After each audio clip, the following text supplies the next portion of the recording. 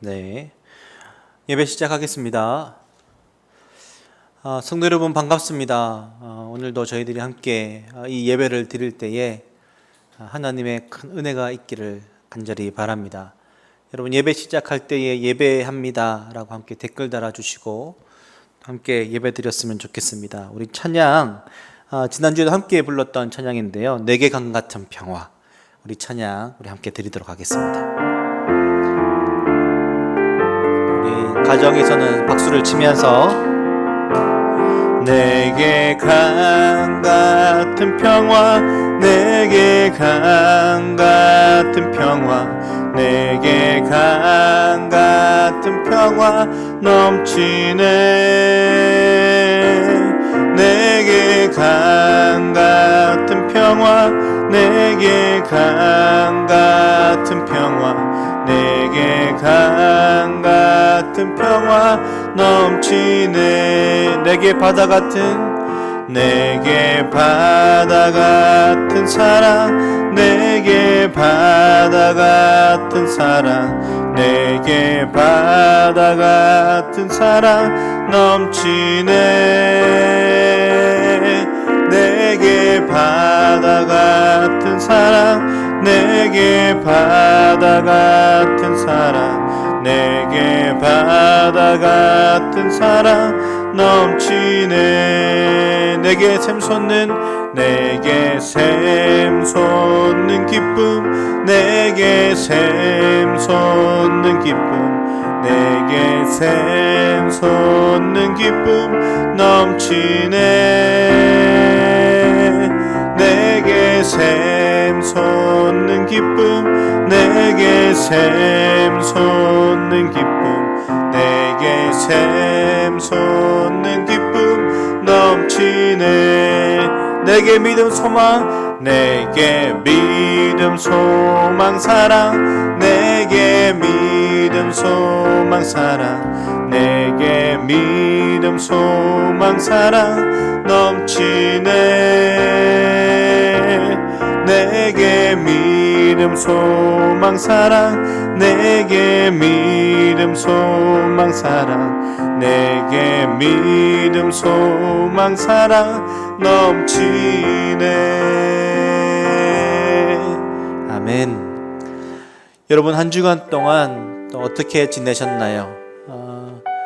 여러분의 자녀에게, 또 여러분의 배우자에게, 또 홀로 이 예배를 드리고 있는 이들은 하나님께 우리 한번 감사의 나눔을 드렸으면 좋겠습니다. 오늘 이래서 감사했어요.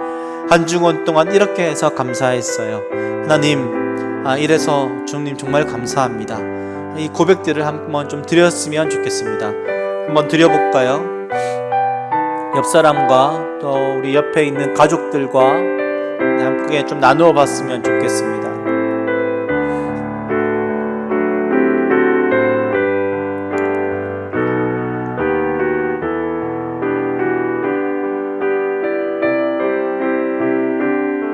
주님 감사합니다.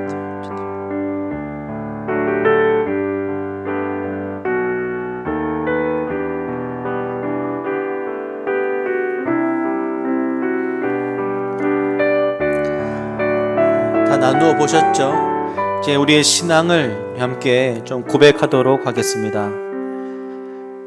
나는 전능하신 아버지 하나님, 천지의 창조주를 믿습니다.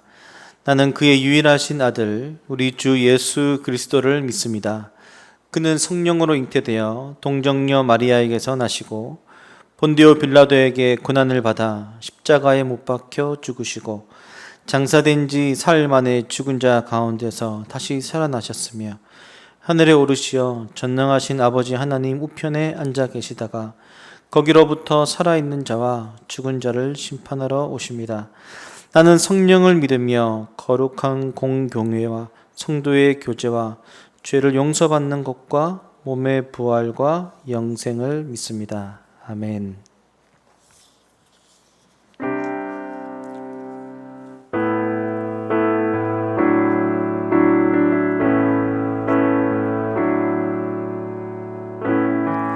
하늘의 문을 여소서 이곳을 주목하소서. 주를 향한 노래가 꺼지지 않으니 하늘을 열고 보소서. 이곳에 임재하소서. 주님을 기다립니다. 기도의 향기가 하늘에 닿으니 주여 임재하여 주소서. 이곳에 오셔서 이곳에 앉으소서. 이곳에서 드리는 예배를 받으소서. 주님의 이름만이 오직 주의 이름만 이곳에 있습니다. 하늘의 문을 여소서. 하늘의 문을 여소서. 이곳을 주목하소서. 주를 향한 노래가 꺼지지 않으니 하늘을 열고 보소서. 이곳에 임재하소서. 주님을 기다립니다. 기도의 향기가 하늘에 닿으니 주여 임재하여 주소서. 이곳에 오셔서 이곳에 앉으소서. 이곳에서 드리는 예배를 받으소서. 주님의 이름만이 오직 주의 이름만 이곳에 오셔서 이곳에 앉으소서. 이곳에서 드리는 예배를 받으소서.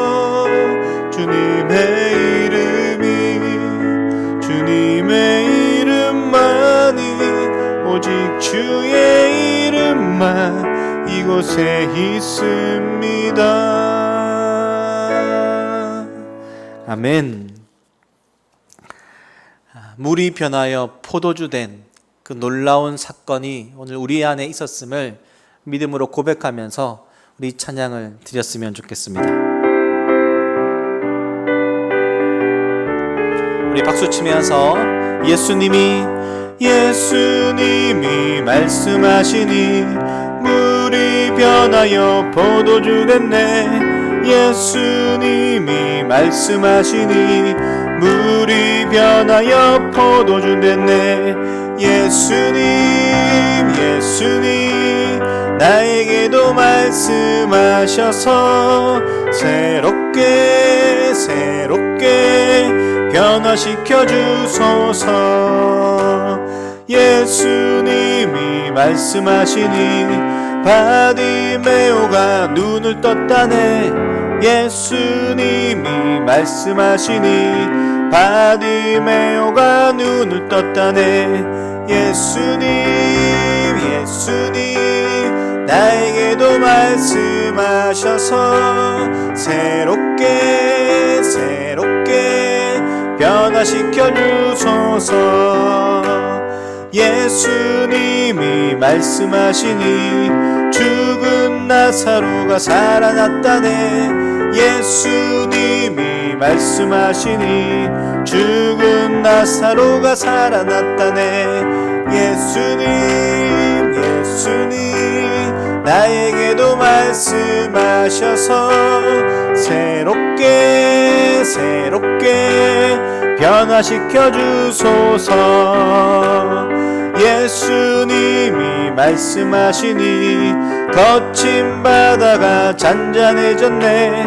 예수님이 말씀하시니 거친 바다가 잔잔해졌네.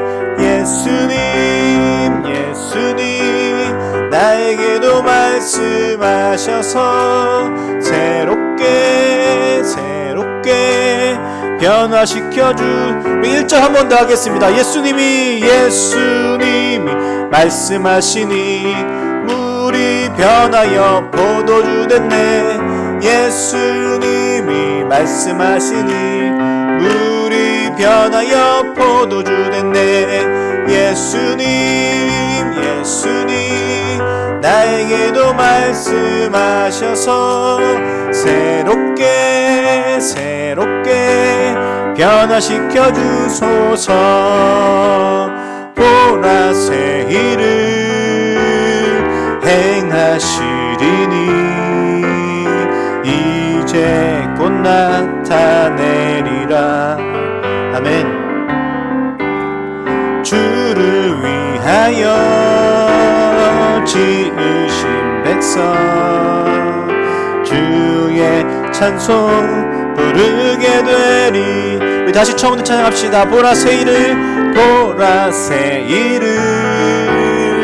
행하시리니 이제 곧 나타내리라. 주를 위하여 지으신 백성 주의 찬송 부르게 되리. 광야의 물 솟아나리라. 사막의 꽃 피어나리. 이전 일들을 너희는 기억지 말며 옛적 일들을 생각지도 말라. 보라새 일을 행하시리니 이제 곧 나타내리라. 주를 위하여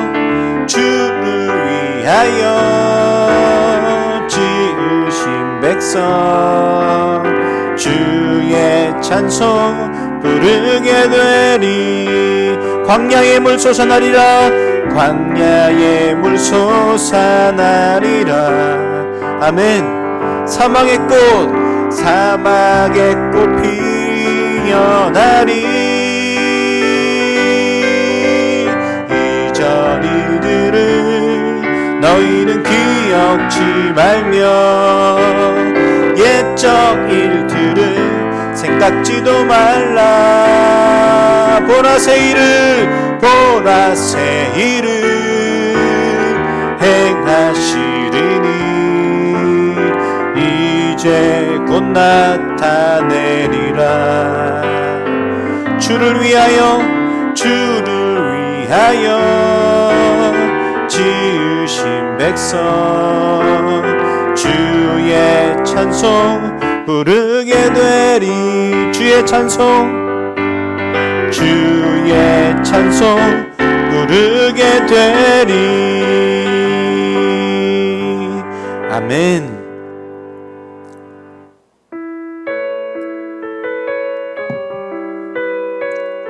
오늘 주님께서 우리에게 보여주신 그 생명의 길, 그 길로 나아가기를 바라는 마음으로 우리 찬양을 드렸으면 좋겠습니다.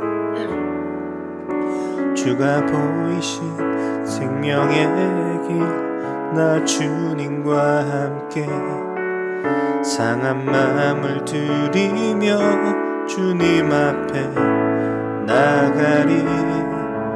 나의 의로움이 되신 주 그 이름 예수, 나의 길이 되신 이름 예수.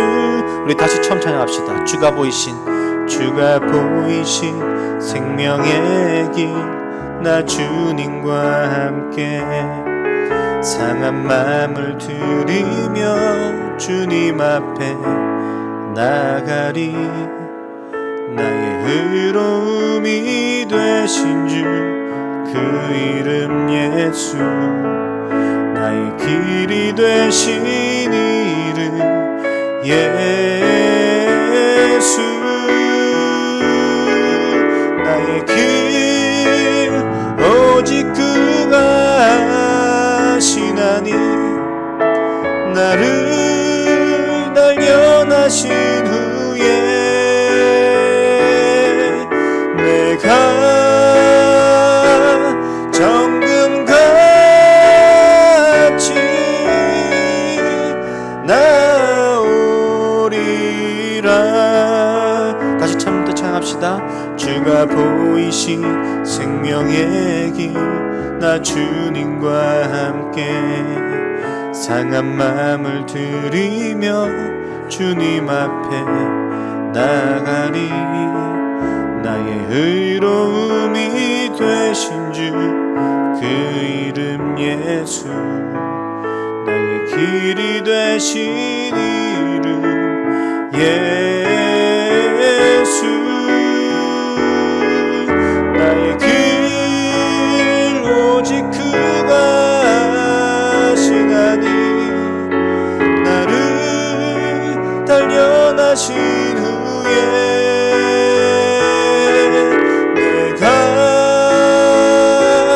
정금같이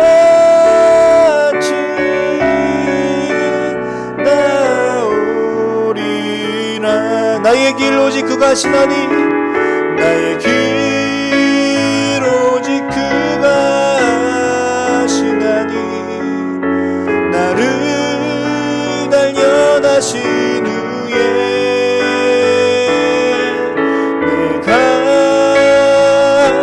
정금같이 나오리라. 아멘.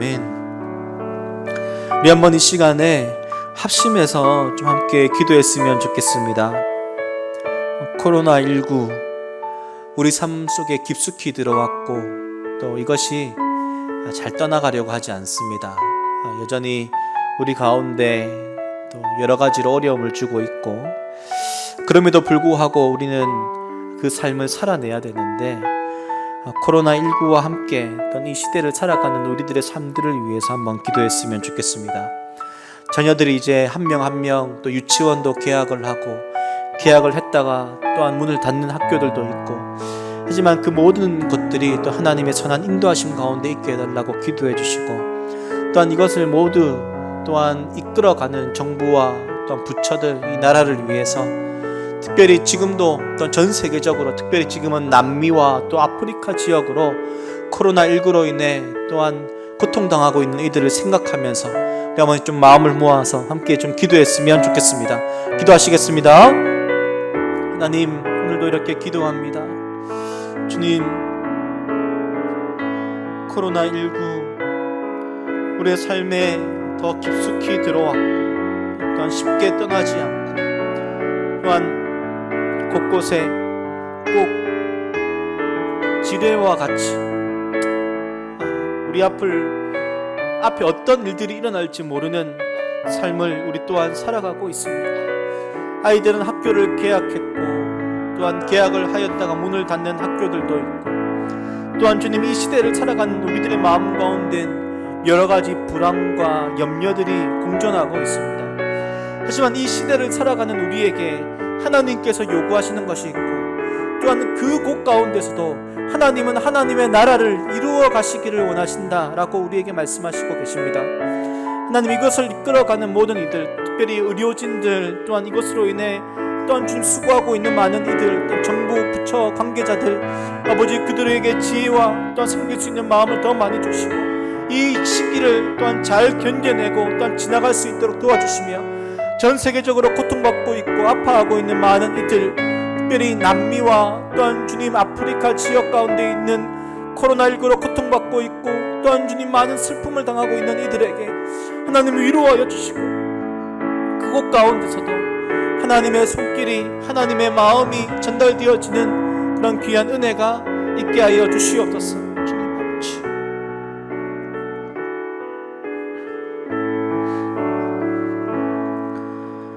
오늘은 코로나19를 위한 중보기도 67일차 기도 임덕식 집사님의 기도입니다.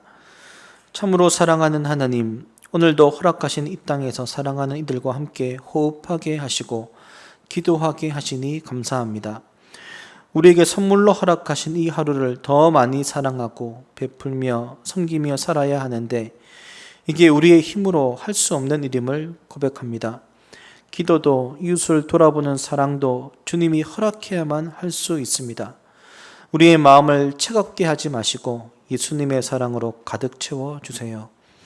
하나님의 뜻이 무엇인지 잘 분별하게 하시고 우리가 꿈꾸는 세상을 만들도록 허락하지 마시옵소서. 오직 하나님의 뜻대로 하나님이 꿈꾸시는 우리의 삶을 만들어 가시며 우리는 다만 순종하며 따르도록 하여 주시옵소서. 매 순간 스스로를 돌아보아 말씀과 기도로 정결한 삶을 살게 하여 주시옵소서. 코로나의 시간이 길어지면서 아픔은 더욱 깊어지고 서로를 향한 원망과 분노가 여기저기 쏟아져 나옵니다. 우리는 오직 주님이 주시는 마음으로 이웃을 돌아보며 위로하고 함께 아파하며 적극적으로 행동하여 도움의 손길을 베푸는 나와 교회가 되게 하여 주시옵소서. 코로나로 인한 집단 감염이 여기저기 이어지고 그런 가운데 학생들의 등교가 시작되었습니다. 모든 세대가 불안해하고 두려워하는 지금의 상황을 주님께서는 잘 아시오니 이 땅의 아픔을 불쌍히 여겨 주시옵소서. 인간의 지혜나 노력으로도 어찌할 수 없음을 담담히 고백합니다. 국가와 교회 그리고 이 땅의 하나님 백성이 하나님 앞에 무릎을 꿇어야 한다는 것을 알게 하시고 하나님 없어도 살 수 있다는 교만을 회개하고 주님께 돌아오게 하여 주시옵소서. 코로나로 더욱 소중함을 알게 된 가정 예배가 더 많이 회복되고 이후에도 지속되고 부모 세대들이 회개와 기도와 말씀을 따라 살아가는 삶을 자녀들에게 본을 보이게 하여 주시옵소서. 오늘도 살아계신 하나님을 찬양합니다. 사랑합니다. 예수님의 이름으로 기도합니다. 아멘. 오늘 우리에게 주신 말씀은 요한복음 4장입니다.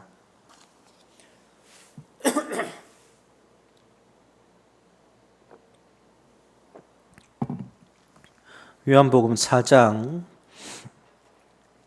43절에서 54절까지 다 찾으셨나요? 제가 이제 성경을 읽을 때 가정에서는 같이 읽어주시는 가정, 교독하는 가정, 아무튼 성경을 같이 좀 읽었으면 좋겠습니다. 이틀이 지남에 예수께서 거기를 떠나 갈릴리로 가시며 친히 증언하시기를 선지자가 고향에서는 높임을 받지 못한다 하시고 갈릴리에 이르심에 갈릴리인들이 그를 영접하니 이는 자기들도 명절에 갔다가 예수께서 명절 중 예루살렘에서 하신 모든 일을 보았음이더라. 예수께서 다시 갈릴리 가나에 이르시니 전에 물로 포도주를 만드신 곳이라. 왕의 신하가 있어 그의 아들이 가버나움에서 병들었더니 그가 예수께서 유대로부터 갈릴리로 오셨다는 것을 듣고 가서 청하되 내려오셔서 내 아들의 병을 고쳐 주소서 하니 그가 거의 죽게 되었음이라. 예수께서 이르시되 너희는 표적과 기사를 보지 못하면 도무지 믿지 아니하리라. 신하가 이르되 주여 내 아이가 죽기 전에 내려오소서. 예수께서 이르시되 가라 내 아들이 살아있다 하시니 그 사람이 예수께서 하신 말씀을 믿고 가더니 내려가는 길에서 그 종들이 오다가 만나서 아이가 살아있다 하거늘 그 낫기 시작한 때를 물은즉 어제 7시에 열기가 떨어졌나이다 하는지라. 그의 아버지가 예수께서 내 아들이 살아있다 말씀하신 그때인 줄 알고 자기와 온 집안이 다 믿으니라. 이것은 예수께서 유대에서 갈릴리로 오신 후에 행하신 두 번째 표적이니라. 오늘 예수님의 이적 이야기 두 번째 신하의 아들을 치유하심이라는 제목으로 목사님 말씀 증거해 주시겠습니다.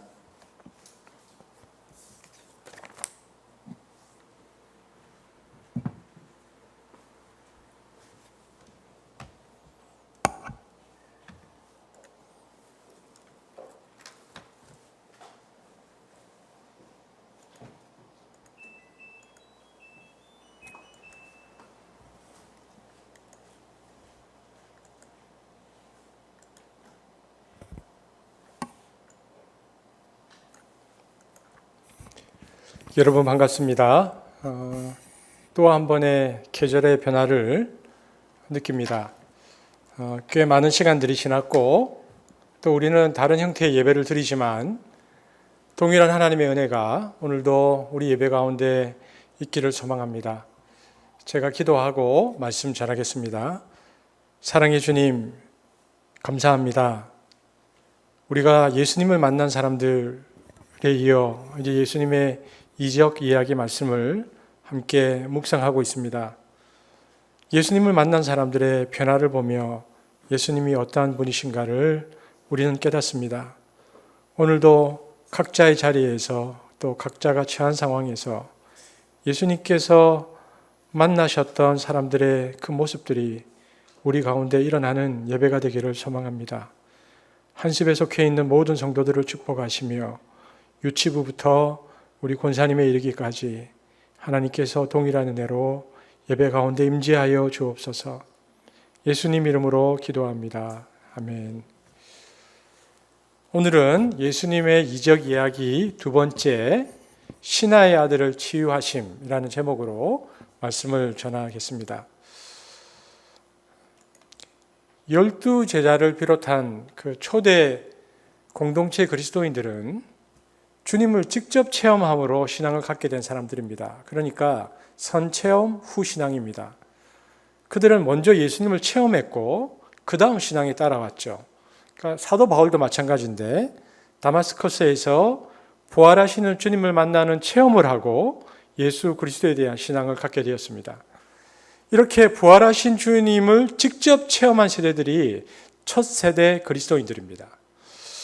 그런데 우리가 보고 있는 이 요한복음을 읽고 있는 요한 공동체 신자들은 상황이 좀 다릅니다. 이들은 예수님의 공생애 이후 한 6, 70년 지난 뒤에 신앙생활을 하고 있는 이들입니다.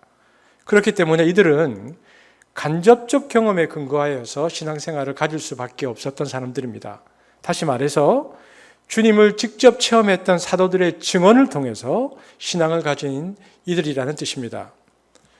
그러니까 요한복음 저자는 지금 자기가 목회하고 있는 공동체 신자들에게 예수님을 직접 체험하지는 못했지만 예수님을 직접 체험한 첫 세대 그리스도인들의 증언과 고백과 간증을 나의 것으로 받아들이므로 그래서 그것이 내 신앙화되는 것이 아주 중요한 것이다 라고 이 공동체 신자들에게 말하고 있는 것입니다. 요한 사도의 이 마음을 그대로 반영하는 부분이 요한복음의 제자들과 도마의 이야기입니다. 즉 예수님을 직접 보지 못했다 할지라도 증언과 고백을 통해서 믿어야 한다는 것은 이 도마의 이야기에 너무나 잘 나타나고 있는데요. 도마는 예수님이 부활하신 다음 제자들에게 나타났을 때에 그 자리에 없었습니다. 그는 예수님의 부활을 체험한 이 동료 사도들이 내가 예수님을 체험했다고 이야기했을 때 믿지 않았습니다. 자기가 직접 예수님의 상처를 보지 않는 한 믿을 수 없다라고 얘기했죠. 일주일이 지난 다음에 부활하신 예수님이 다시 사도들 앞에 나타나셨을 때 의심하는 도마에게 주님께서 이렇게 말씀하셨습니다. 한번 함께 읽어볼까요? 요한복음 20장 27절에서 29절인데요. 함께 읽겠습니다. 시작.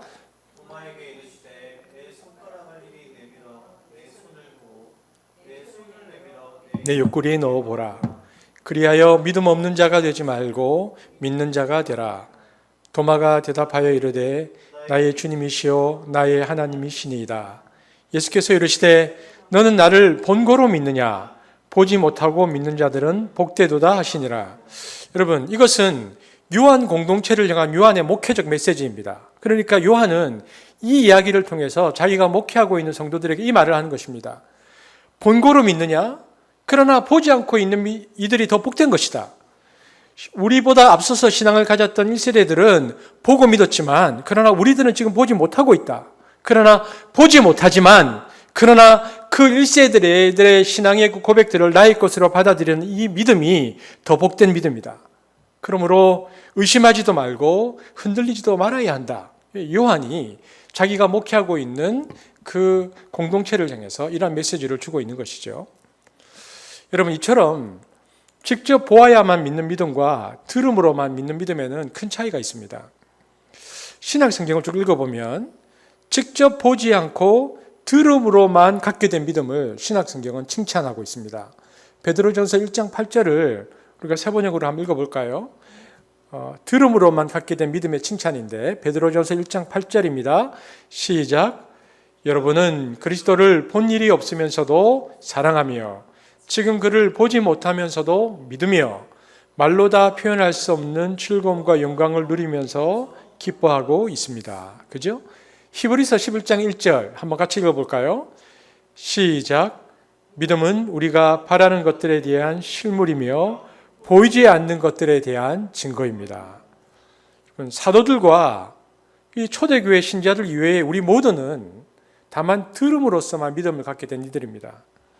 그러니까 듣는다는 것은 사도들이 전해준 이 복음 말씀을 듣는다는 것인데, 그래서 지금 요한이 나를 본고로 믿느냐 보지 못하고 믿는 자들은 복되도다라는 이 말씀을 통해서 말씀 중심의 신앙이, 다른 것보다 말씀 중심의 신앙이, 보지 못했지만 그러나 그 말씀 중심의 신앙이 복된 신앙이라는 것을 요한이 강조하고 있습니다. 그러면 여러분, 제가 질문 하나 해볼게요. 말씀 중심의 신앙과 대조되는 신앙은 어떤 신앙일까요? 그렇죠? 우리가 지금 계속 보고 있는 기적 신앙입니다. 기적을 보고 믿는 신앙이죠. 요한복음 구조를 가만히 보면요, 요한이 이것을 말하려고 하는 의도가 아주 분명해 보입니다. 여러분, 사마리아 여인 말씀 기억하십니까? 사마리아 여인 본문이 어디에 나옵니까? 요한복음 4장에 나오죠. 요한복음 4장 1절에서 42절까지가 사마리아 여인의 말씀입니다. 그리고 오늘 왕의 신하를 고쳐준 본문은 4장 46절에서 53절까지입니다. 그러면 그 중간에 몇 절이 비어요. 징검다리 본문이 나오는데 그 본문이 43절에서 45절까지입니다. 우리가 이 본문을 한번 보기를 원합니다. 43절에서 45절인데요. 사마리아 여인의 본문과 왕의 신하의 본문 사이에 있는 징검다리 본문을 함께 읽겠습니다. 시작. 이틀이 지남에 예수께서 선지자가 고향에서는 높임을 받지 못한다 하시고 갈릴리에 이르심에 갈릴리인들이 그를 영접하니 이는 자기들도 명절에 갔다가 하신 모든 일을 보았음이더라. 여러분, 왜 요한복음 저자가 그 사마리아인들의 이야기가 끝나고 나서 곧장 왕의 신하 이야기로 넘어가도 아무 문제가 없어 보이는 이 상황 속에서 왜 이 징검다리 본문을 몇 절을 집어넣었을까요?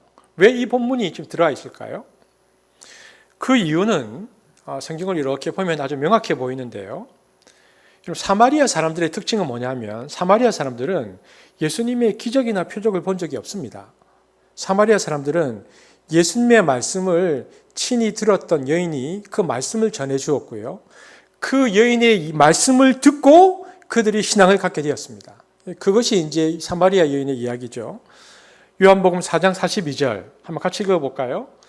시작. 그 여자에게 말하되 이제 우리가 믿는 것은 내 말을 인함이 아니니 이는 우리가 친히 듣고 그가 참으로 세상의 구주신 줄 알미니라 하였더라. 이제는 여인이 전해준 이야기뿐만 아니라 자신들이 친히 듣고 이제는 예수님이 세상의 구주인 것을 고백했다라는 사마리아 사람들의 신앙의 고백이죠. 오늘 본문 우리가 읽었던 왕의 신하도요, 결국은 예수님의 말씀을 믿고 받아들였습니다. 그런데 정작 이 갈릴리에 있는 유대인들은 계속해서 예수님에게 기적만을 요구할 뿐 예수님에 대한 순수한 믿음을 갖고 있지 않다라는 것을 예수님께서 말씀을 믿고 있었던 이 두 사람 사이에 갈릴리 사람들의 신앙을 집어넣으므로 명확하게 두 신앙의 다른 점들을 부각시키기 위해서 요한이 이러한 구조를 만들었다는 것을 볼 수 있습니다. 요한복음 4장 45절 한번 읽어볼까요? 시작. 갈릴리에 이르심에 갈릴리인들이 그를 영접하니 이는 자기들도 명절에 갔다가 예수께서 명절 중 예루살렘에서 하신 모든 일을 보았습니다라. 갈릴리 사람들이 예수님을 환영했는데요. 갈릴리 사람들이 지금 예수님을 환영한 것은 그들이 예수님이 예루살렘에서 행하신 모든 일, 뭡니까 그게? 기적. 기적을 보아서 그들은 예수님을 영접했다고 말하는 것입니다. 여러분, 그러면 예루살렘에서 예수님께서 기적을 행하셨을 때 갈릴리 사람들 말고 예루살렘에 있었던 사람들은 반응이 어떠했는가? 요한복음 2장 23절 한번 같이 읽겠습니다. 시작.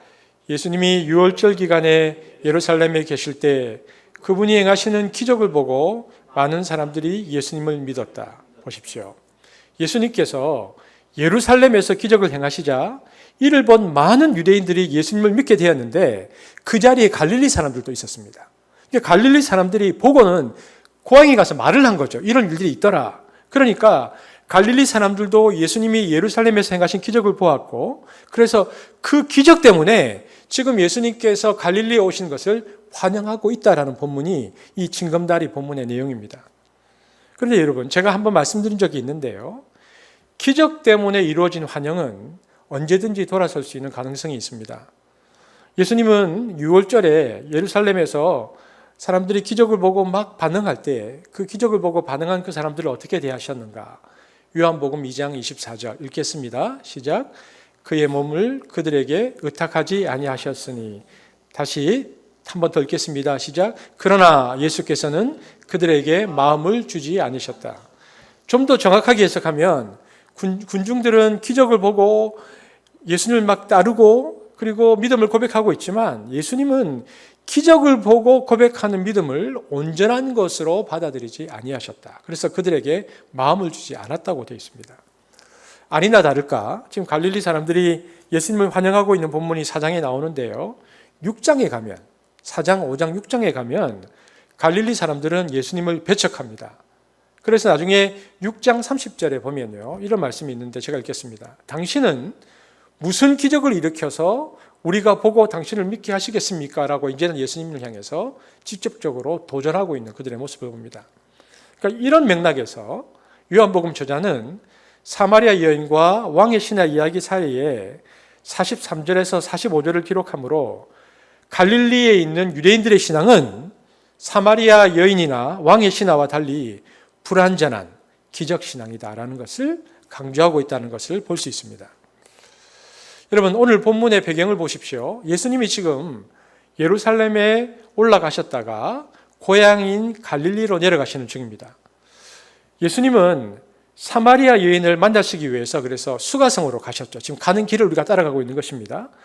여러분, 예루살렘에서 갈릴리로 가는데 예수님께서 어디로 지나셨죠? 수가성을 지나셨습니다. 여러분 기억하시죠? 그런데 그곳에서 수가성에서 사마리아 지역에서 이틀을 유하시고 고향으로 들어가십니다.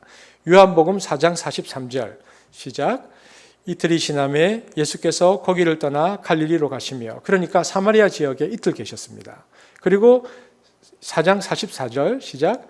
친히 증언하시기를 선지자가 고향에서는 높임을 받지 못한다 하시고. 여러분, 예루살렘에 계시던 예수님께서 사마리아 지역에서 수가성의 여인을 만나시고 이틀이 지난 다음 갈릴리로 가시는데 갈릴리로 가시면서 예수님께서 친히 증언하시기를 예수님께서 뭐라고 말씀하셨냐면 선지자가 고향에서는 높임을 받지 못하는데 라고 말씀하시면서 갈릴리로 가셨다고 되어 있습니다. 여러분, 이 전설에 의하면 예수님은 베들레헴에서 나셨고요. 우리가 아는 대로 자라기는 어디서 자라셨습니까? 나사렛에서 자라셨고요. 뒤에 가버나움으로 이사하셨다고 되어 있습니다. 그래서 오늘 본문에서 고향에서 높임을 받지 못한다 할 때 이 고향은 넓게 보아서는 나사렛 또 베들레헴 가버나움을 포함한 갈릴리고 좁게 보면 가버나움을 가리킵니다. 그러니까 어떤 사람들이 이렇게 말하는 것 같습니다. 경상도가 고향이라고 말하는 사람이 있고 부산이 고향이다라고 말하는 사람과 같은 겁니다. 그러니까 고향이라고 얘기했을 때는 그런 포괄적 내용을 포함하고 있는데요. 우리도 흔히 경험하지만 어디를 가든지 혹은 누구를 만나기로 돼 있으면 이제 도착하기 전에 또 만나기 전에 가면 어떤 말을 하게 될까? 어떤 일이 일어날까? 또 무엇을 만날까? 뭐 이런 생각들을 하면서 명절에 고향에 가기도 합니다. 예수님께서 이 고향으로 가시면서 고향에 도착하시기 전에 생각하시면서 툭 하신 말씀이 뭐라고 말씀하셨냐면 선지자가 고향에서는 높임을 받지 못한다라고 말씀하셨다는 것입니다.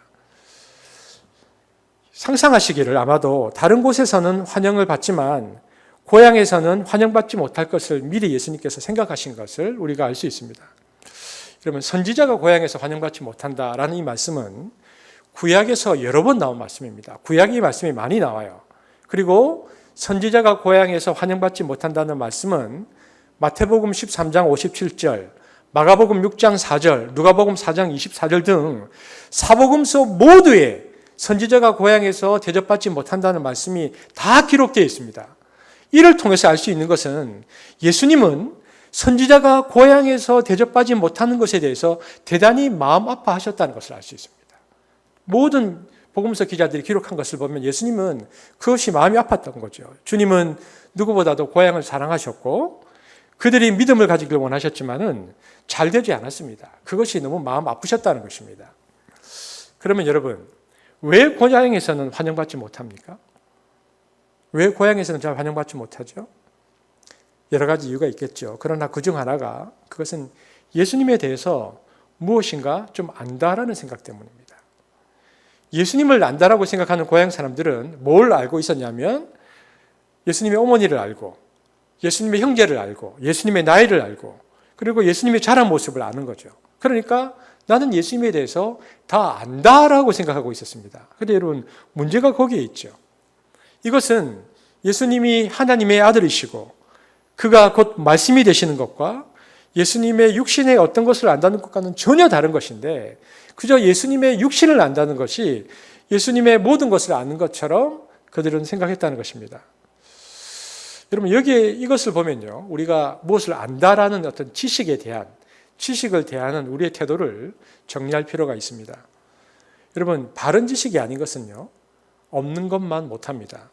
예수님에 대해서도 그렇고 다른 사람에 대해서도 마찬가지입니다.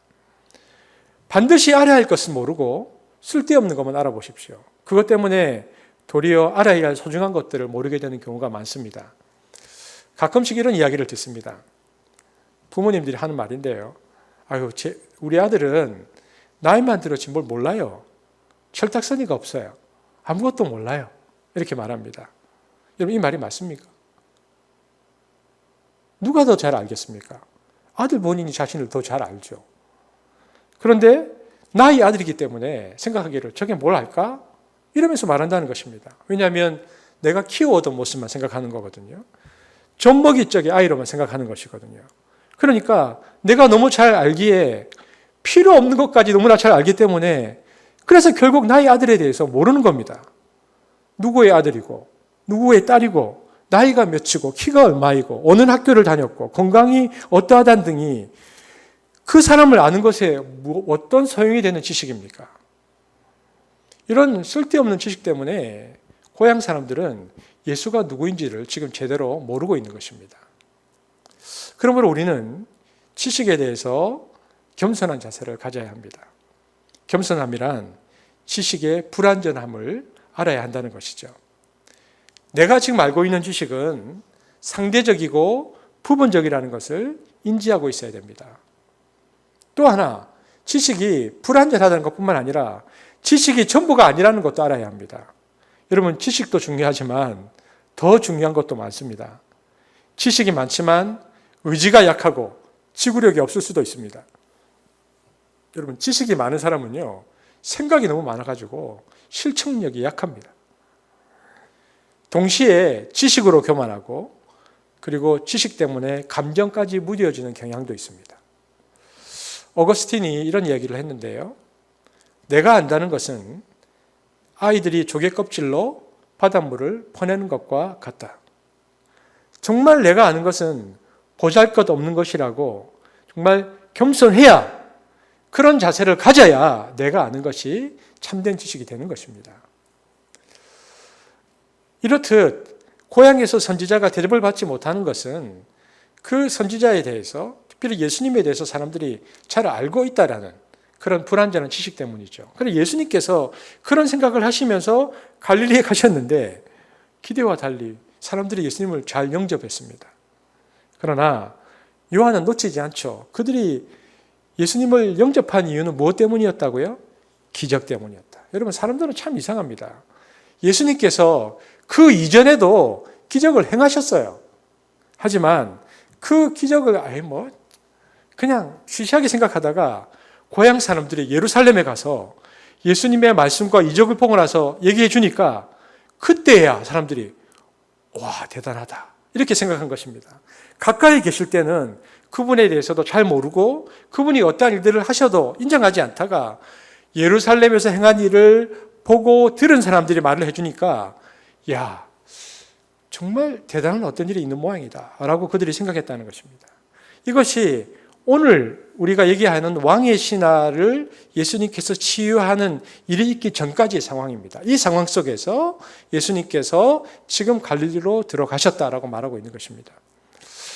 여러분, 우리가 지난주에 예수님께서 행하신 첫 번째 표적에 대해서 살펴보았는데요. 첫 번째 표적은 무엇입니까? 가나의 혼인잔치 비유. 요한은 오늘 본문인 왕의 신하를 고쳐준 이야기가 두 번째 표적이라고 분명히 얘기하고 있습니다. 요한복음 7개 표적 중에서 두 번째 표적이다라고 말하고 있는데 54절 함께 읽겠습니다. 시작. 예수께서 유대에서 갈릴리로 오신 후에 하신 두 번째 표적. 여러분 잘 보십시오. 이 두 번째 표적이 일어난 장소가 어디라고요? 예수께서 다시 갈릴리 가나에 이르시니 46절에 보니까 전에 물로 포도주를 만드신 곳이라. 그러니까 첫 번째 표적이 나타난 것과 같은 장소인 갈릴리의 가나였다는 것입니다. 같은 장소에서 두 번째 표적을 일으키셨습니다. 이때 왕의 신하가 예수께 와서 자기의 죽어가는 아들을 고쳐달라고 부탁합니다. 여러분, 첫 번째 표적에서는 주님은 물을 포도주로 바꾸시면서 자신이 창조주 하나님이심을 보여주셨습니다. 그런데 두 번째 표적에서는 한 왕의 신하가 죽어가는 아들을 살리심으로 자신이 창조주이실 뿐만 아니라 또한 구원자이심을 드러내고 있습니다. 그분은 사람을 살리실 수 있는 구원자다라는 메시지죠. 여기서 요한이 예수님께 누가 찾아왔다고 되어 있습니까? 오늘 본문에 왕의 신하가 찾아왔다. 왕의 신하가 찾아왔다고 증언하는 것은요, 좀 의도적으로 보입니다. 여기 한번 보십시오. 왕의 신하는 우리 지금 화면에도 나오고 있지만 바슬리코스라는 단어인데요. 이건 어떤 뜻이냐면 왕의 신하니까 왕을 위한 사람이라는 뜻입니다. 그런데 이 바슬리코스라는 단어를 넣음으로 요한이 이런 말을 하고 싶은 것이죠. 왕의 신하는 예수님을 만나기 전까지는 왕을 위해 사는 사람이었지만 이제 그리스도를 만난 다음부터는 그리스도를 위한 사람으로 바뀔 것이다. 근데 그리스도인은 그리스도로 뭡니까? 크리스티아노스라는 단어입니다. 그러니까 이 말은 어떤 뜻이죠? 그리스도를 위해 사는 사람 또는 그리스도의 사람이라는 것을 의미합니다. 그러므로 이 용어는 바슬리코스와 크리스티아노스라는 이 용어들은요, 그의 변화를 강조하게 되어지는 단어로도 지금 쓰이고 있다는 것을 볼 수 있습니다. 여러분, 왕의 신하가 구체적으로 어떤 왕의 신하였는지 분명하지는 않습니다. 첫 번째 가능성은 로마 황제의 신하일 수 있습니다. 그 당시에 로마 황제. 두 번째 가능성은 지금 갈릴리를 다스리고 있는 분봉왕이 누구냐면 헤롯 안티파스인데 왕의 신하니까 가버나움에서 왔으니까 헤롯 안티파스의 신하일 수도 있습니다. 그런데 로마 황제의 신하로 볼 경우에는 그는 이방인으로서 로마 군대 장교일 가능성이 높고요. 헤롯의 신하일 경우에는 유대인일 수도 있고 이방인일 수도 있습니다. 가능성이 다 열려 있죠. 근데 이 왕의 신하 바슬리코스라는 말만으로는 이 사람이 유대인인지 이방인인지 알 수 없지만 그러나 초대 교부 오리게네스 같은 사람들을 보면요, 많은 학자들은 그를 이방인으로 봅니다. 무엇보다 요한복음 문맥을 보았을 때 그는 이방인일 가능성이 큽니다. 우리가 지금 요한복음 4장을 보고 있잖아요. 요한복음 1장부터 4장까지는 예수님의 어떤 신적인 정체가 다양한 어떤 종족의 인물들에게 알려주고 있는 것을 보여주고 있는데 1장에서 3장까지 등장한 인물들은 누굽니까? 첫 제자들과 니고데모 모두 유대인들이죠. 유대인들에게 예수님께서 자신이 하나님과 동일한 신적 정체를 갖고 계시는 분이라는 것을 드러내셨습니다. 그런데 4장 전반부에 나오는 사마리아인은 누구입니까? 반만 유대인이죠.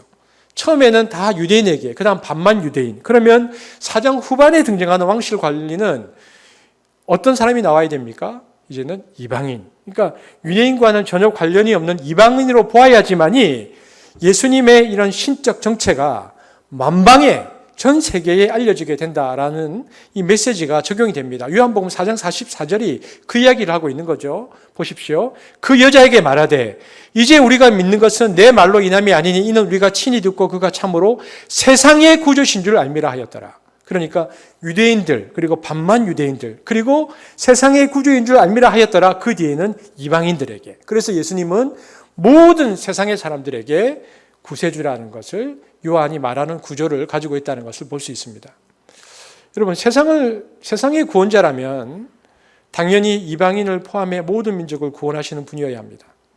그리고요, 첫 번째 표적과 두 번째 표적의 관계를 보아도 왕의 신앙은 이방인입니다. 첫 번째 표적인 가나 혼인잔치에서 예수님의 어머니가 예수님에 대한 진정한 믿음을 가졌던 그런 유대인들을 상징한다면은 두 번째 표적인 가나 치유 기적에서는 왕의 신하는 진정한 믿음을 가진 이방인을 상징합니다. 그러니까 오늘 본문에 나오는 이 사람은 이방인일 가능성이 크다는 거죠. 자, 요한복음 4장 46절 후반절부터 47절 왕의 신하가 있어부터 우리가 함께 읽어보겠습니다. 왕의 신하가 있어부터 시작. 왕의 신하가 있어.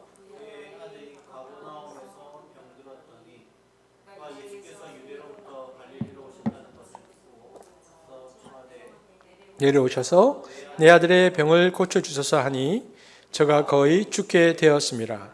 오늘 본문을 보면 한 왕의 신하가 예수님이 유대로부터 갈릴리에 오심을 듣고 오늘 주님께 나왔습니다. 추측컨대 그는 아마 예수님이 유대 지방에서 행하신 사역과 표적에 대해서 이미 많은 소문을 들은 것 같습니다. 그는 이 놀라운 표적과 기사를 행하신 예수님께서 오늘 자신의 아들을 살려달라고 부르짖으러 예수님께 구하려고 찾아온 것이죠. 그러니까 한마디로 얘기하면 표적을 구하고 있는 것입니다. 예수님, 내가 듣기에 예수님께서는 표적을 일으키시는 분인데 내 아들도 살려주셔서 표적을 일으켜 주십시오 라고 찾아온 것입니다. 그런데 놀랍게도 오늘 주님은 이에 대해서 어떠한 표적도 보여주시지 않으시고요. 50절에 보면 딱 한 말씀만 합니다. 가라, 네 아들이 나았다. 이 말씀만 탁 던지십니다. 그래서 이 말씀만 던지심으로 오늘의 당사자인 왕의 신하, 그리고 당시에 이 장면을 목격하고 있던 예수님의 제자들을 비롯한 수많은 유대인들로 하여금 지금 당황하고 놀라게 하고 계십니다. 흐름상 당연히 기적을 베푸실 줄 알았는데 예수님께서 툭 말씀만 던지신 것입니다. 왜 주님은 이런 뜻밖의 반응을 보이셨을까요? 그렇죠. 예수님은 오늘 표적보다 말씀의 우위를 우리에게 선포하려고 하시는 것입니다. 말씀이 표적을 일으키지 표적이 말씀을 만들지는 않는다라는 것을 가르치려고 지금 예수님께서 하고 계시는 것이죠. 태초에 계셨던 그분은 말씀이셨고 그 말씀이 이 땅에 들어올 때 표적이 일어나지 표적의 말씀을 일으키는 것이 결코 아니라는 것입니다. 그러니까 예수님의 이 놀라운 반응은 오늘 예배를 드리고 있는 우리에게 말씀 우위의 신앙으로 돌아갈 것을 강력하게 요구하고 있다는 것을 알 수 있습니다. 사실 표적 중심의 신앙을 가질 때 많은 위험이 따르게 됩니다. 어느 시대이든 간에 표적이 신앙의 중심이 되면 그 표적을 일으킨 종교 지도자가 절대시되고 또 우상시되게 되어 있습니다. 그리고 나중에 시간이 지나면 말씀은 사라지고 표적만 쫓게 되면 수많은 영혼이 그 미혹의 어두운 곳으로 들어가게 마련입니다. 당시의 유대인들의 모습이 그랬습니다. 유대인들은 표적을 너무 좋아했어요. 그래서 그러다가 결국 거짓 메시아를 진짜 메시아로 잘못 알고 따르다가 망하게 됩니다. 지금 예수님 당시가 이제 AD 한 30년쯤 되잖아요. 그로부터 100년은 안 되고 한 8, 90년쯤 되면 AD 한 110년, 120년쯤 되면 이제 유대인들이 봉기를 일으키는데요. 유대인들이 봉기를 일으킬 때 그 지도자가 바흐코바라는 사람인데 이 사람이 자기를 메시아로 선포하는데 그 표적을 좋아했던 유대인들이 바흐코바가 진짜 이제 메시아다라고 생각하고 결국 바흐코바를 따르다가 로마에 의해서 다 몰살당합니다. 유대인들이 그 씨가 마릅니다. 이것이 당시 막연히 메시아 표적을 쫓아다니던 사람들의 끝입니다. 역사는 그것을 증명하죠. 표적을 쫓아가면 이렇게 된다. 그래서 주님은 이러한 표적주의 신앙에 대한 오늘 본문에서 표적주의 신앙을 날카롭게 비판하고 그것이 아니다라고 말씀하고 계시는 것이죠. 그게 48절입니다. 예수님께서 이것을 지적하고 계시는데 48절 시작. 예수께서 가라사대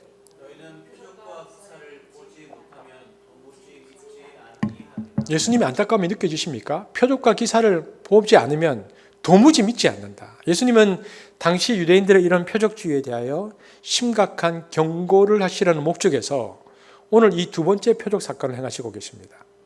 그러니까 이 두 번째 표적은요, 너무나 아이러니컬하게도 표적을 부정하는 표적입니다.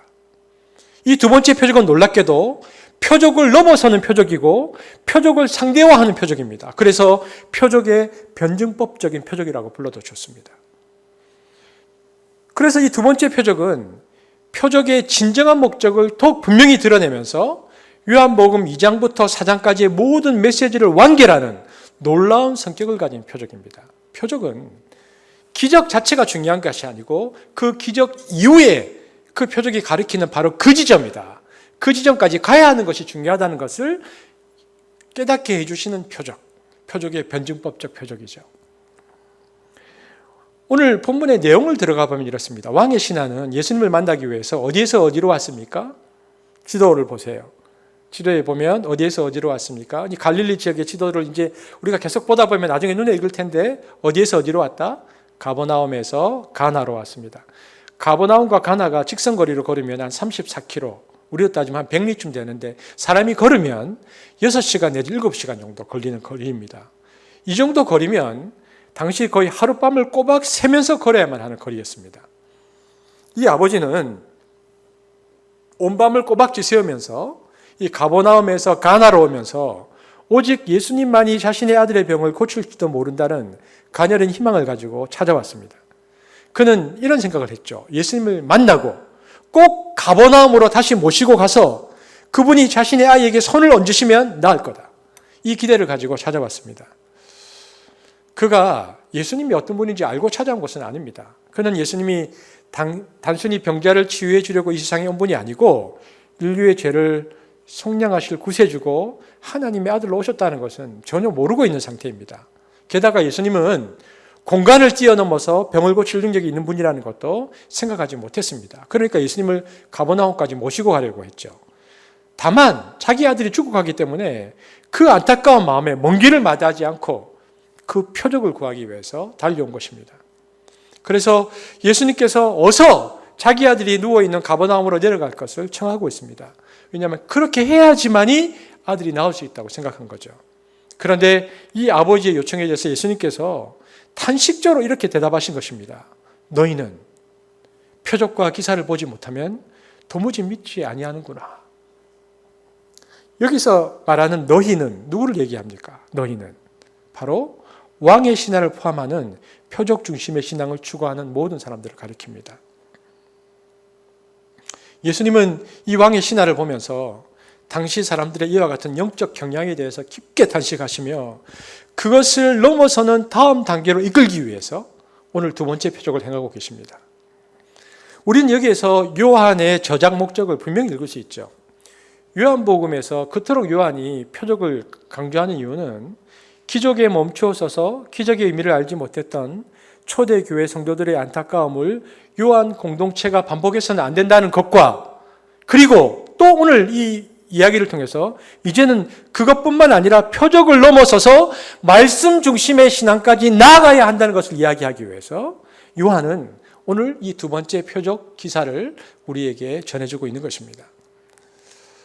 요한복음 4장 49절에서 52절까지 자, 우리 집에서 예배를 드리고 있는 우리 성도들도 자, 다 같이 한 목소리로 크게 읽어보겠습니다. 시작.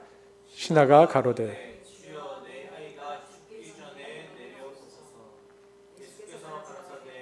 네, 살았다 하신대. 내려가는 길에 그 종들이 오다가 만나서 아이가 살았다 하는. 오늘 왕의 신하를 가만히 보면요, 이 문장을 보면 경황이 없습니다. 주여, 내 아이가 죽기 전에 내려오소서. 열병으로 신음하며 빈사 상태에 있는 자신의 아들이 죽기 전에 빨리 가자고 계속 재촉하고 있죠. 그런데 예수님께서는 왕의 신하의 위기 상황과 그의 다급함을 아셨지만 그가 집착하는 방식인 내 아이가 죽기 전에 내려오셔서를 거절하십니다. 그가 집착했던 방식을 거절하십니다. 이에 대해 예수님은 오직 전혀 다른 반응을 보이시는데 50절에 가라, 네 아들이 살았다. 왕의 신하는 내 아이가 죽기 전에 내려오소서라고 말하고 있는데 예수님은 가라, 네 아들이 살았다로만 말씀하십니다. 예수님은 왕의 신하가 기대하는 어떤 표적도 그의 눈앞에서 행하지 않으셨습니다. 오히려 예수님께서는 표적이 아닌 말씀을 주셨을 뿐입니다. 이것은 당시 유대인들과 제자들과 이 아버지의 생각과 고정관념을 뒤집어 엎는 일입니다. 여러분, 주님께서는 함께 가시지 않았습니다. 왜 그러셨을까요?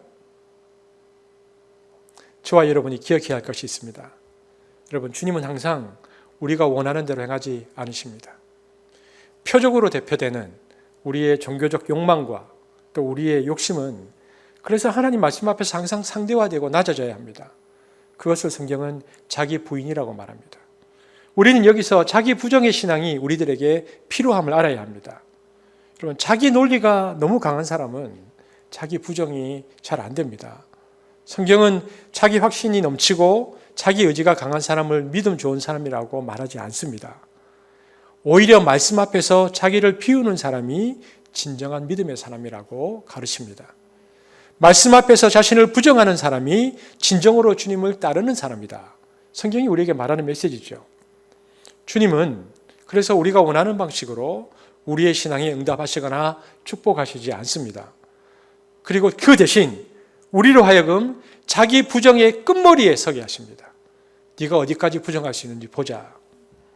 예수님께서는 한 아버지의 간절한 요청을 냉정히 거절하시며 함께 가지 않겠다고 하십니다. 그러면서 이렇게 말씀하시죠. 너 혼자 가라. 예수님과 같이 가야 되는데 예수님은 그를 보면서 너 혼자 가라라고 말씀하십니다. 그리고 그 명령의 유일한 근거로서 너 혼자 갈 수 있는 이유가 있다. 네 아들이 낳았다. 그렇게 주님께서 말씀을 주신 것입니다. 그러니까 만일 이 말씀이 믿어지면 너 혼자 가라 이 말입니다. 네가 이것이 믿어지면 너 혼자 가라. 여러분, 성경을 읽고 있는데 놀라운 일이 일어납니다. 이 아버지는 갑자기 주님의 이 말씀을 듣는 순간에 신앙의 패러다임이 돌연 바뀝니다. 원하던 표적은 나타나지 않고 오히려 요청은 거절당했는데도 홀연 네 아들이 살았다라는 주님의 말씀이 믿어지기 시작한 것입니다. 50절에 보니까 그 사람이 예수의 하신 말씀을 믿고 가더니 그가 믿어졌다는 것입니다. 보십시오. 한 사람은 왕의 신하고 한 사람은 갈릴리 목수입니다. 정확히는 몰라도 아마 왕의 신하의 나이가 예수님보다 더 많았겠죠. 예수님은 이제 겨우 30살입니다. 인간의 눈으로 볼 때는 신분도 그렇고 나이도 상대가 안 됩니다. 이 순간에 믿고 간다는 것은 말은 쉽지 않습니다.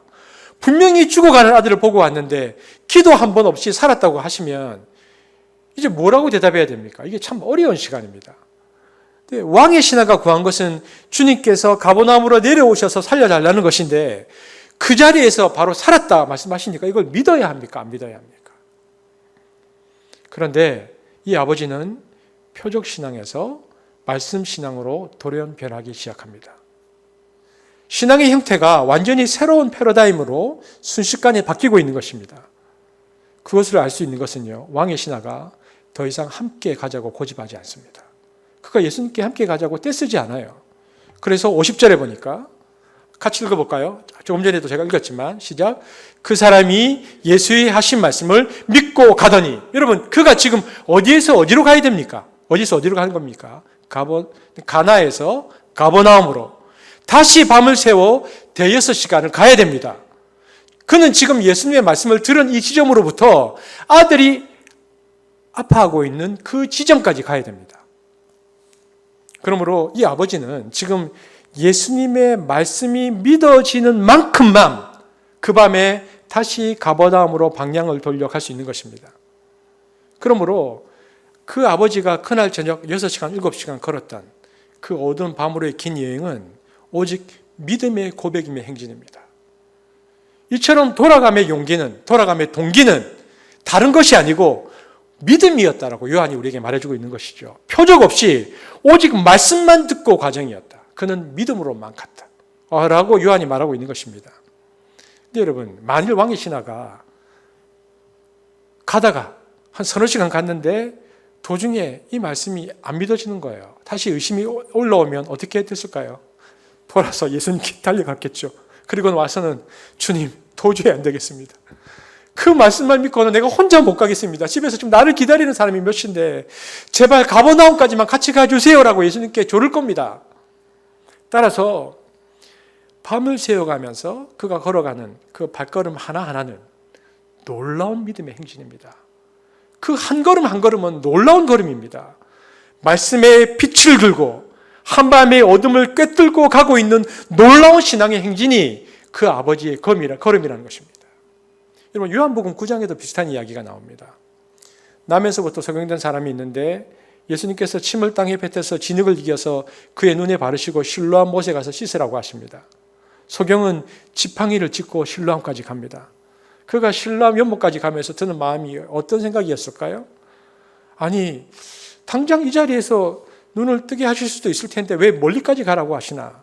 이런 불평과 또 이런 생각도 할 수 있죠. 아니, 그래도 소경의 눈도 눈인데 하필이면 여기다가 흙을 바르다니. 그러면서 연못까지 가면서도 또 이런 생각이 들 수도 있습니다. 만약 가서도 내 눈이 안 뜨면 어떡하지? 얼마나 생각이 많았겠습니까? 그런데 중요한 것은 순종해서 갖고 씻으라 했으니 씻었다는 겁니다. 만약 가다가 믿지 못해서 도중하차했다면 그는 눈을 영영 뜨지 못했겠죠. 그러니까 요한복음에서 4장에서도 그렇고 9장에서도 그렇고 계속 강조하고 있는 것은 믿고 가는 자세가 중요하다는 것입니다. 그 과정이, 믿고 가는 그 과정이 말씀의 표적을 일으킨다고 말하는 것입니다. 요한복음 읽어보면 요한복음 저자는 믿음, 우리가 쓰는 믿음이라는 이 명사는 한 번도 사용하지 않았습니다. 믿음이라는 명사는 없습니다. 대신에 믿는다라는 동사만 98번 사용되고 있습니다. 요한의 강조죠.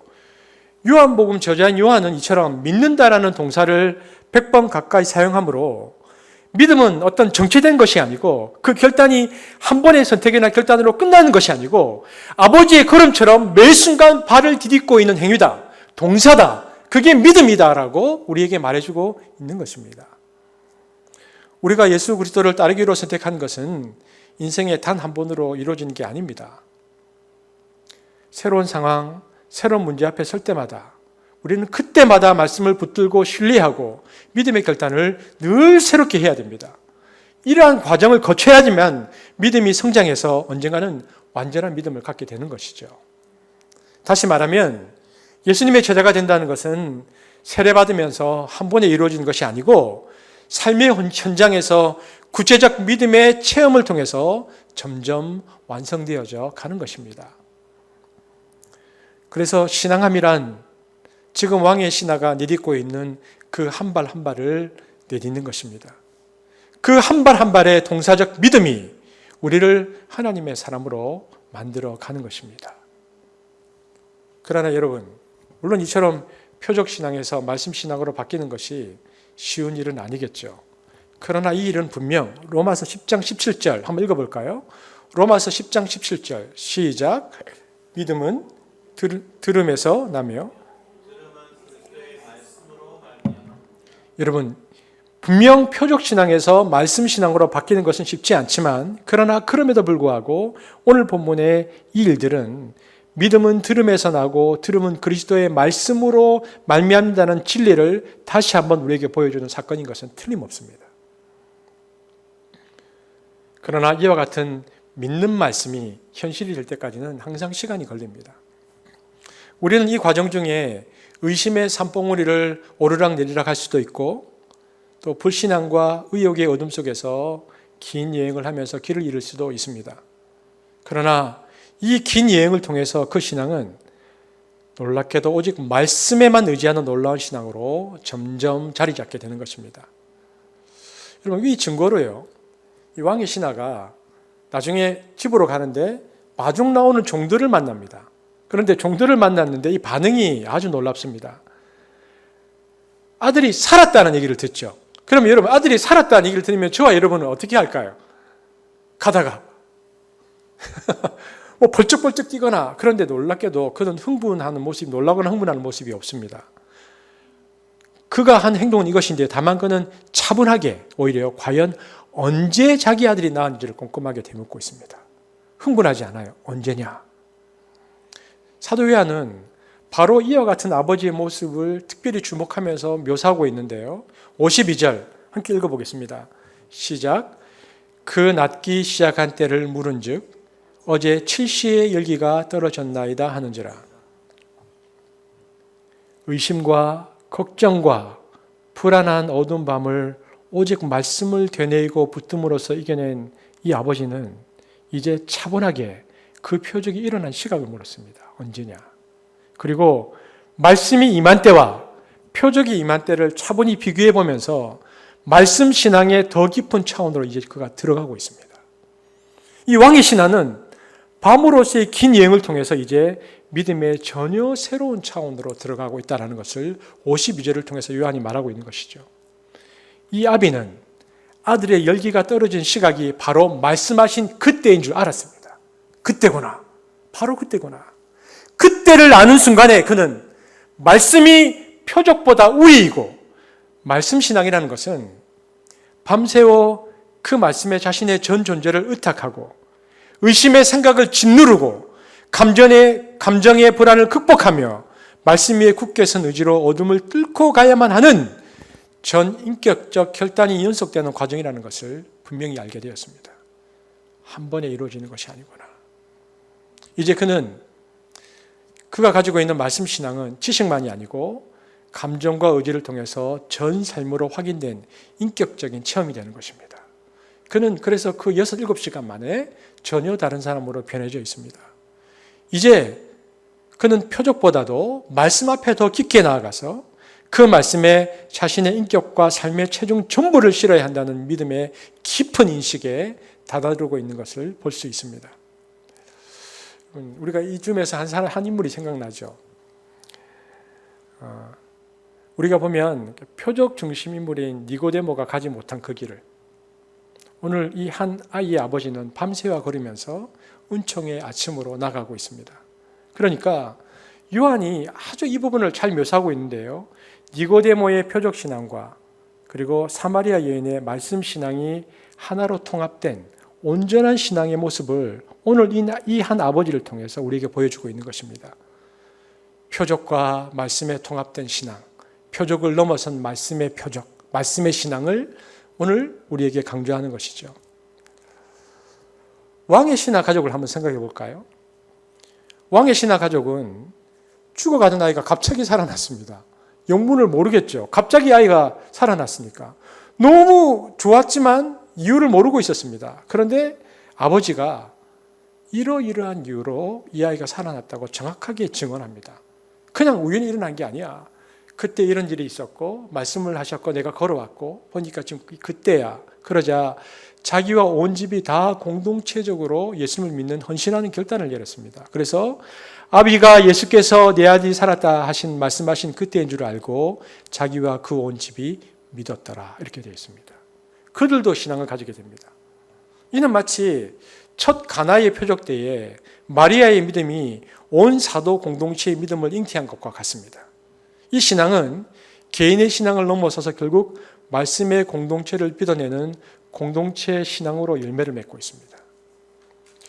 여러분, 우리에게 오늘 예배를 드리고 있는 우리에게 필요한 자세와 태도는 그래서 말씀이 임한 때와 표정이 임한 때를 차분히 비교해 보던 그 아버지의 모습입니다. 우리에게 필요한 신앙이죠. 52절 다시 한번 읽어볼까요? 시작. 그 낫기 시작한 때를 물은즉 어제 7시에 열기가 떨어졌나이다 하는지라. 여러분, 우리에게 말씀이 임한 때와 표적이 임한 때를 차분히 비교해 보면서 이렇게 고백할 수 있는 믿음과 안목이 필요합니다. 우리에게 필요한 신앙이죠. 말씀하시는 하나님은 기독교 신앙의 가장 근본적인 기초를 보여주는 매우 중요한 문구입니다. 말씀하시는 하나님. 하나님은 입을 열어서 말씀하시고 그 말씀은 헛되이 돌아오는 법이 없습니다. 그가 말씀하시기 시작하자 우주가 열렸고 인류가 시작되었고 만물의 생명이 태동하기 시작했습니다. 빛이 있으라 하셨는데 빛이 있었습니다. 이것은 하나님의 말씀은 단순히 소리가 아니라 힘과 능력을 가지고 있다는 뜻이 됩니다. 이런 말씀이라고 번역된 히브리어 단어는요, 일, 사건, 행동이라고 번역이 다 같은 번역으로도 가능합니다. 그러니까 하나님에게 있어서 말과 일은 하나입니다. 다르지 않습니다. 하나님의 말씀이 행동이고 행동이 곧 하나님의 말씀입니다. 하나님은 자기의 행동을 통하여 말씀하시고 말씀을 통하여 행동하시는 분이십니다. 말씀의 소중함이 바로 여기에 있죠.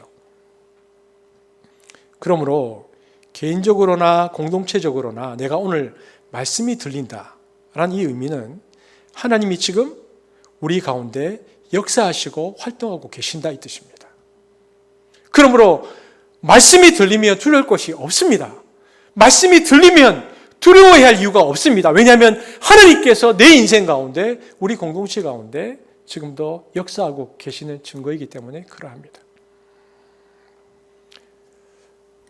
한숙교회가 이제 이곳에 세워진 지 10년이 되었습니다.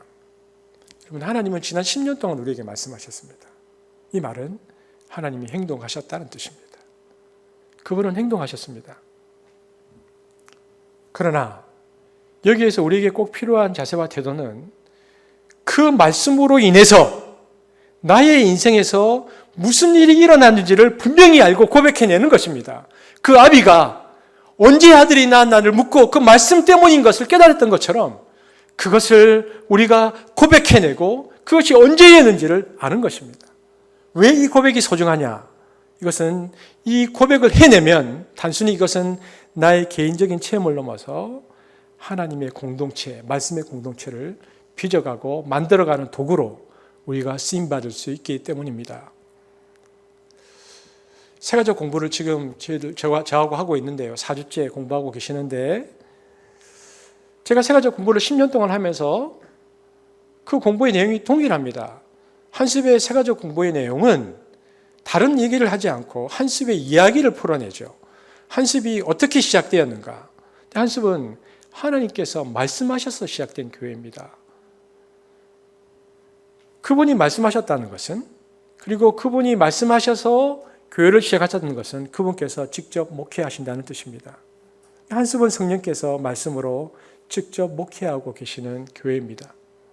그래서 한습을 통해 하나님 나라를 봅니다라는 말은 말씀을 통해서 하나님께서 하신 일과 그리고 하시고 있는 일과 하실 일에 대한 안목과 간증을 가진다는 뜻입니다. 그래서 우리 가운데 일어났던 일들이 그 어떤 말씀으로 이루어졌는지를 우리가 고백해내는 것이죠.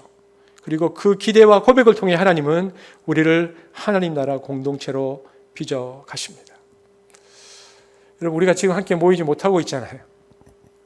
함께 모이지 못하고 있습니다. 함께 모였다면 몇 시간씩이나 나눌 우리의 신앙의 간증과 고백의 한계가 지금 분명히 있는 시간들을 보내고 있습니다.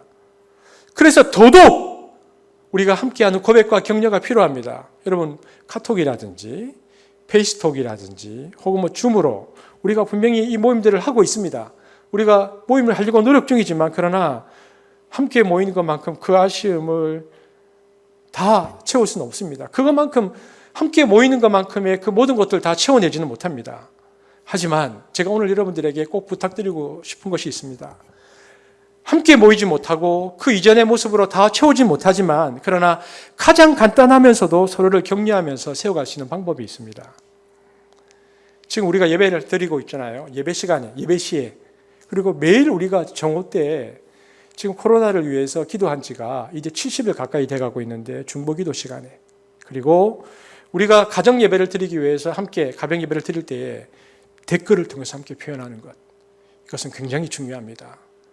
이 댓글은 우리가 말씀의 공동체라는 고백이기도 합니다. 그러니까 누군가가 기도를 올려요.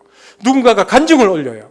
누군가가 어떤 신앙의 가치를 올리면 그 글에 나도 그러하다라고 고백하는 행위가 댓글입니다. 여러분, 그냥 이것이 그냥 툭툭 다는 그냥 인터넷에서 돌아다니는 그 댓글의 의미가 아니고 지금 우리가 할 수 있는 최고이면서도 최선의 우리의 신앙의 표현이 댓글입니다.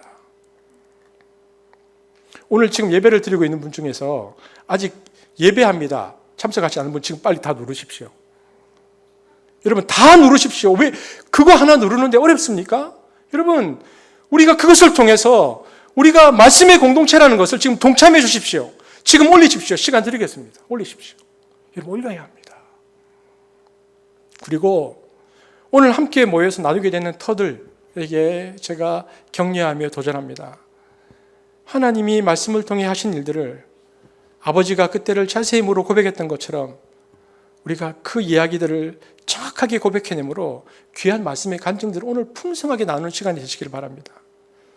무엇보다 말씀을 나누면서 우리가 주목해야 하는 것은 우리가 하고자 하는 일이 아니고 하나님께서 하시고자 하는 일입니다. 그런데 말씀을 듣지 못하면 내가 하고 싶은 일을 하게 됩니다. 하지만 하나님의 말씀은 하나님이 하시고자 하신 일들을 우리에게 보이십니다. 여러분, 다시 말씀드립니다. 여러분, 눈으로만 보시지 마시고 이 댓글의 참여는 우리가 함께하는 말씀의 공동체라는 것을 고백하는 귀한 행위라는 것을 고백하면서 오늘 예배, 가정 예배, 중보기도의 댓글에 여러분의 마음을 꼭 실어주시기를 바랍니다. 여러분, 이것이 굉장히 중요합니다. 어둠의 백리길입니다. 밤으로의 그 긴 여행을 지나갈 때 때로는 절망감이 우리를 힘들게 하겠지요. 때로는 그 어두움이 우리를 두려움에 사로잡히게 하기도 할 것입니다.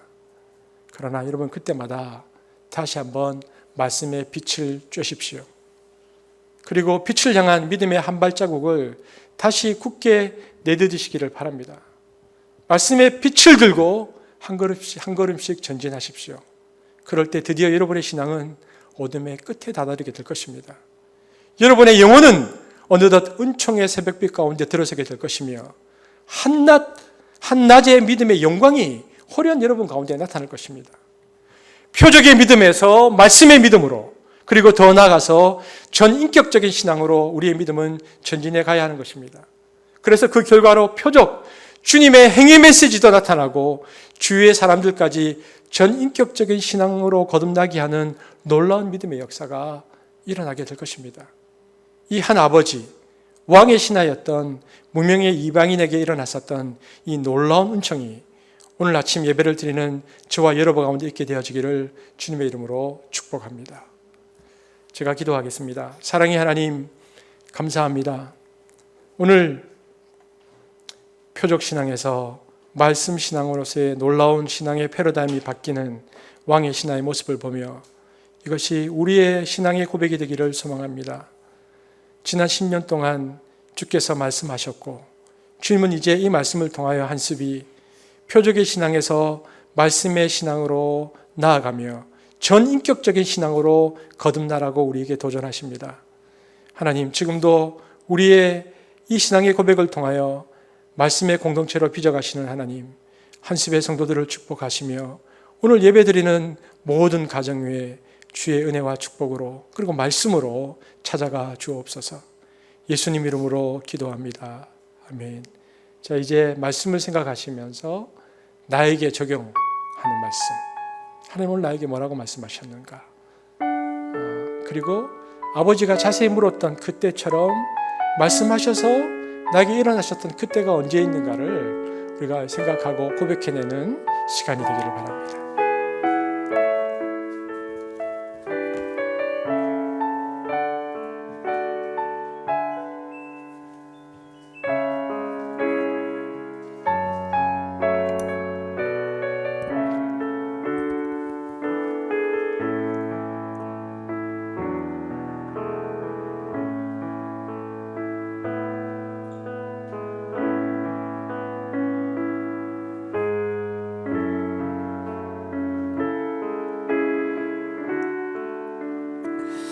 한번 이 시간 말씀을 기억하면서 이 찬양을 함께 드렸으면 좋겠습니다.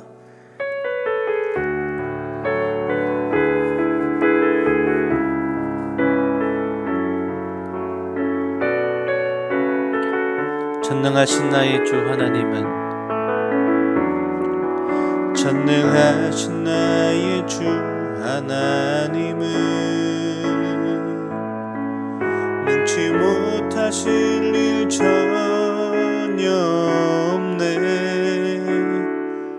우리의 모든 간구도, 우리의 모든 생각도, 우리의 모든 꿈과 모든 소망도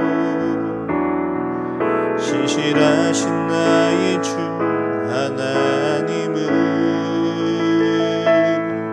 우리의 모든 괴로움 바꿀 수 있네.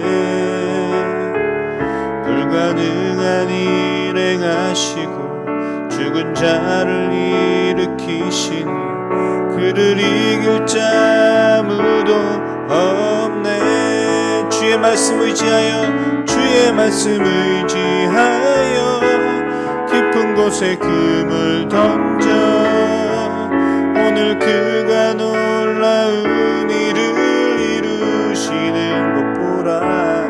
주의 말씀 의지하여 믿음으로 금을 던져 믿는 자에게 능치 못함 없네. 우리 처음부터 찬양합시다. 전능하신 나의 주 하나님은 능치 못하실 일 전혀 없네. 우리의 모든 간구도, 우리의 모든 생각도, 우리의 모든 꿈과 모든 소망도 신실하신 나의 주 하나님은 우리의 모든 괴로움 바꿀 수 있네. 불가능한 일 행하시고 죽은 자를 일으키시니 그를 이길 자 아무도 없네. 주의 말씀 의지하여 깊은 곳에 금을 던져 오늘 그가 놀라운 일을 이루시는 것 보라. 주의 말씀 의지하여 믿음으로 금을 던져 믿는 자에게 능치 못함 없네. 주의 말씀 의지하여, 주의 말씀 의지하여 깊은 곳에 금을 던져 오늘 그가 놀라운 일을 이루시는 것 보라. 주의 말씀 의지하여 믿음으로 금을 던져 믿는 자에게 능치 못함 없네. 믿는 자에겐 능치 못함. 우리 한 번 더 고백합시다. 믿는 자에겐 능치 못함 없네. 아멘. 우리 한번 이 시간에 우리 헌금을 드릴 텐데요. 우리 헌금 드리는 시간으로 우리 주께 드리는 찬양 드리면서 헌금 드리도록 하겠습니다.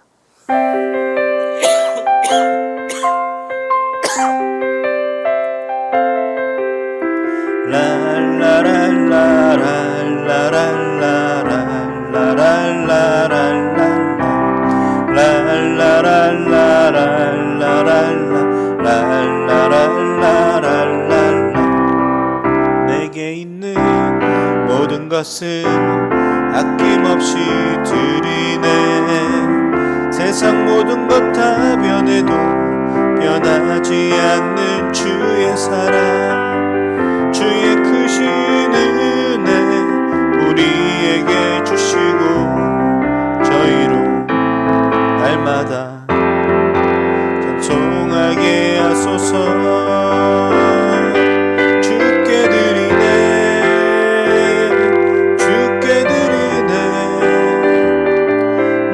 나의 정과 정성 다해서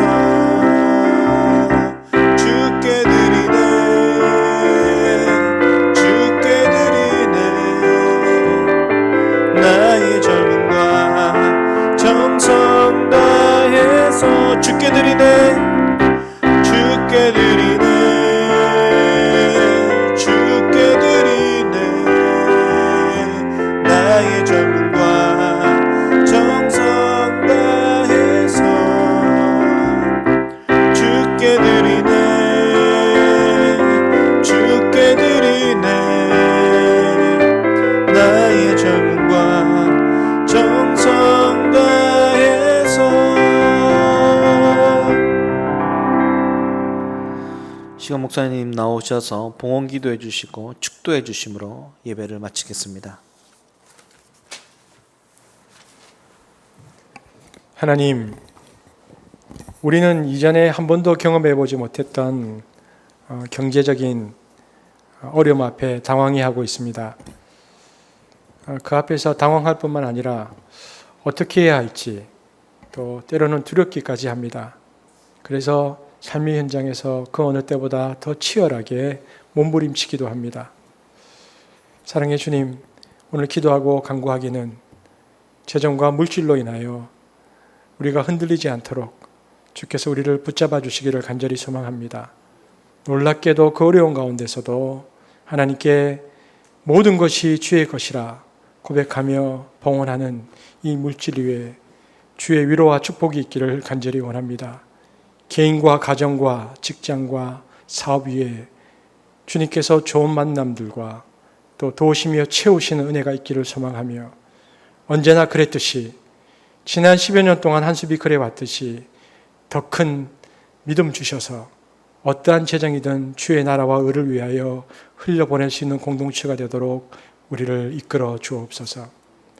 이 시간 축도할 때에 부모님들은 자녀들을 향해서 여러분 머리에 또 손을 잡고 때로는 끌어안고 그렇게 축복해 주시기를 바랍니다. 지금은 우리 주 예수 그리스도의 은혜와 하나님의 사랑과 성령의 교통하심이 표적 중심의 신앙에서 말씀 중심의 신앙까지 나가기를 원하는 이 공동체 위에 지금부터 영원까지 함께 계실지어다. 아멘.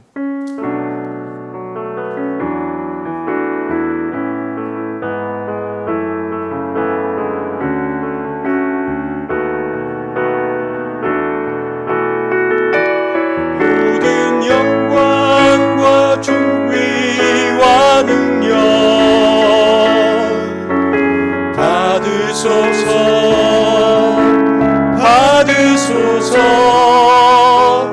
영광과 존귀와 능력 받으소서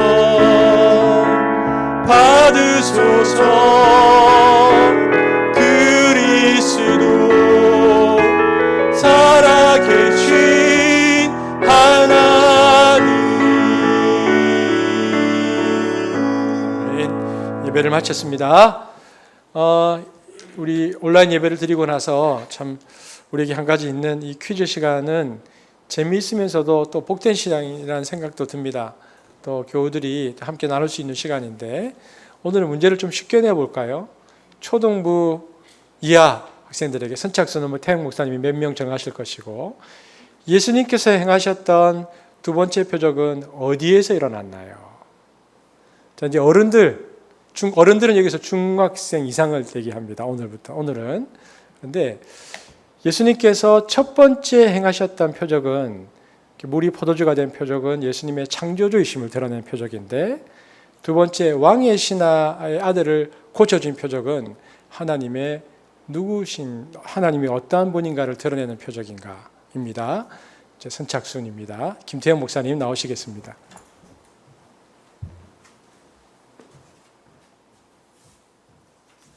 네, 지난주는 저희 3명 했었는데요. 오늘 이제 중고 여기가 이제 또 그러다 보니까 오늘 4명 하도록 하겠습니다. 4명. 네. 예. 감사합니다.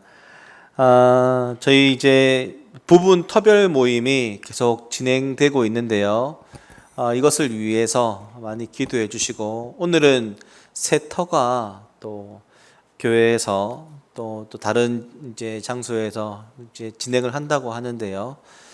다음 주 이제 2주 남았는데 터별 모임, 이 부분 터별 모임이 잘 진행될 수 있기를 많이 기도해 주시고, 지난주 저희가 특별 헌금을 낸 부분에 대한 부분은 제가 이야기를 할까요, 목사님? 네.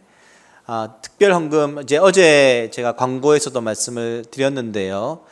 저희가 김한영 선교사님에게 드린 이 특별 헌금이 지난 국내로 저희가 대구 지역에 보냈는데, 그때는 저희가 135만 원 헌금을 했고, 이번에는 200만 원이 헌금이 되었습니다. 너무 감사한 일이죠. 여러분 너무 감사합니다. 그리고 무엇보다 정말 이웃에 또한 필요가 있을 때 저희들이 이렇게 도울 수 있는 교회, 이것을 통해 하나님 나라를 봅니다. 여러분 그런 귀한 은혜가 있다는 것을 꼭 기억하시고, 또 아직 헌금을 하시지 못하셨고 까먹으신 분들이 있다면 또 이 기회에 조금이라도 또 헌금해 주시면 저희들이 바로 전달을 해드릴 수 있도록 하겠습니다. 감사합니다. 오늘도 예배를 마쳤습니다. 수고하셨습니다.